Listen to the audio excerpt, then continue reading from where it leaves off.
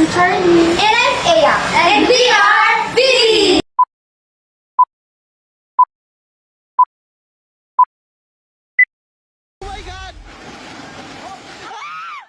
Biglang pumutok ang linya ng kuryente sa bayan ng Lianga sa Surigao del Sur nang yumanig ang magnitude 7.4 na lindol.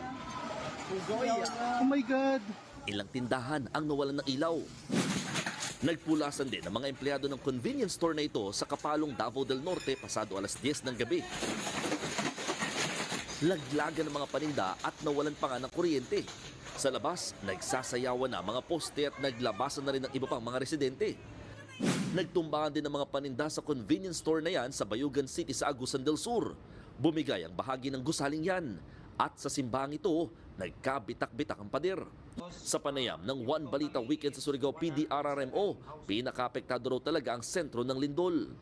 The municipality of Binatuan, doon talaga ang mga pinsala. May mga bahay na nasisira doon. Ito yung datos, yung totally is 107 households at yung partially is 335.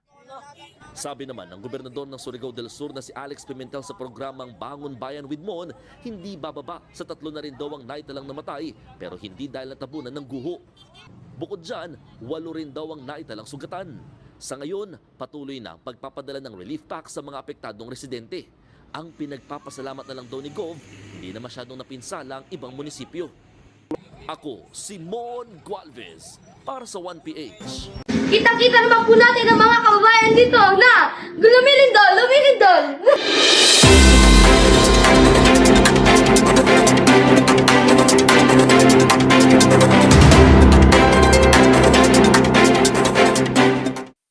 And for today's video, we're going to teach you how to pack a survival kits in 72 hours. Let's go!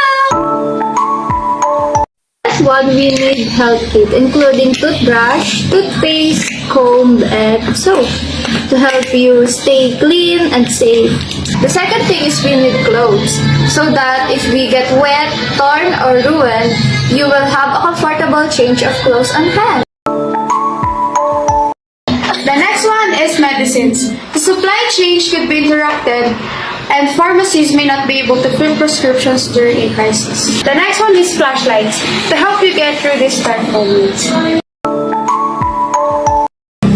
The next one is food. Protection from environmental factors that may cause contamination, damage, or decay in the process of transport, storage, or selling.